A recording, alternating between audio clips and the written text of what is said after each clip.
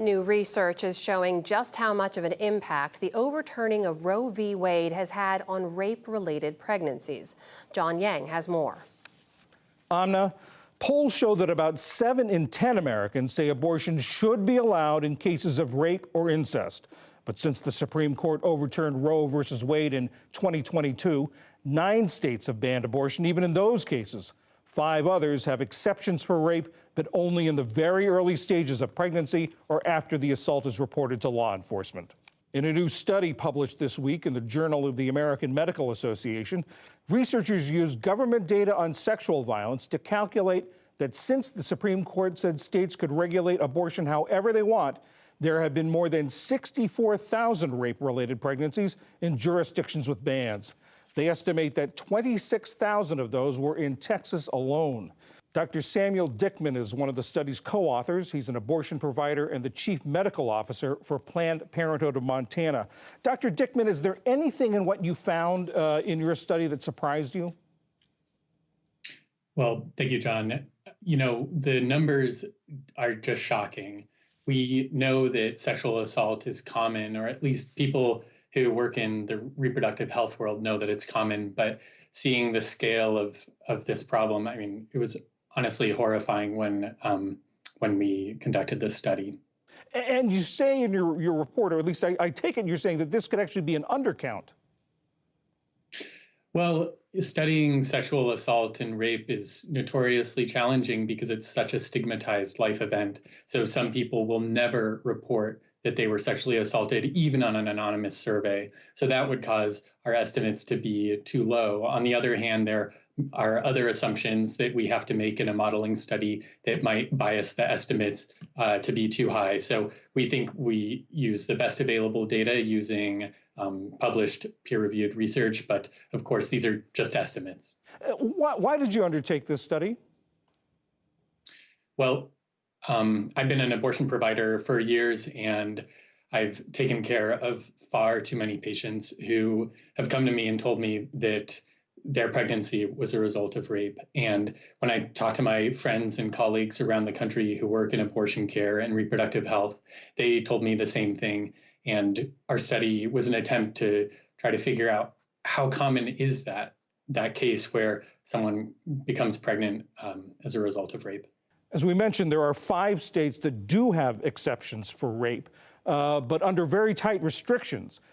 Given those restrictions, how meaningful are those exceptions?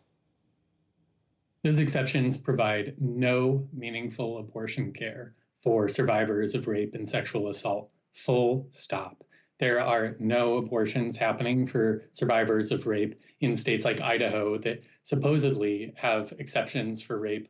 But we know that because of the extremely burdensome criteria for obtaining an abortion, not just on the survivor, but on the medical provider, that providers are essentially telling those survivors of rape that they need to travel out of state or find somewhere else to go or continue a pregnancy that was a result of sexual violence. I was going to ask that. There's no way of telling because these are estimates, but from your experience, what are these women doing who are pregnant because of rape and unable to get an abortion where they live? Well, you know, I've taken care of patients who've driven hours with their family members from Idaho, who've flown from Texas because they weren't able to obtain abortions in those states. So I think some are able to make that incredibly challenging trip to travel out of state.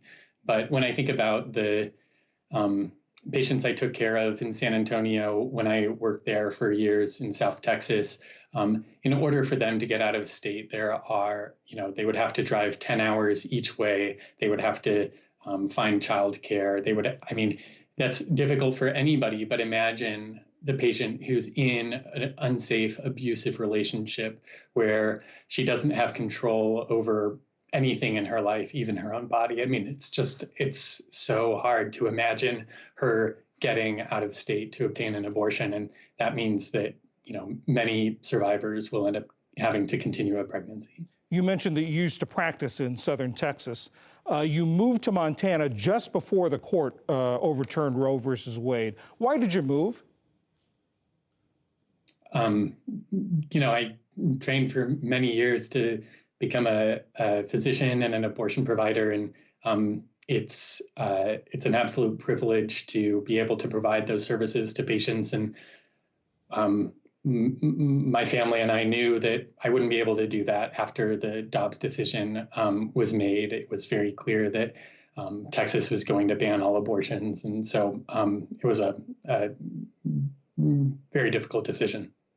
Dr. Samuel Dickman, Chief Medical Officer for Planned Parenthood of Montana. Thank you very much, Doctor. Thank you, John.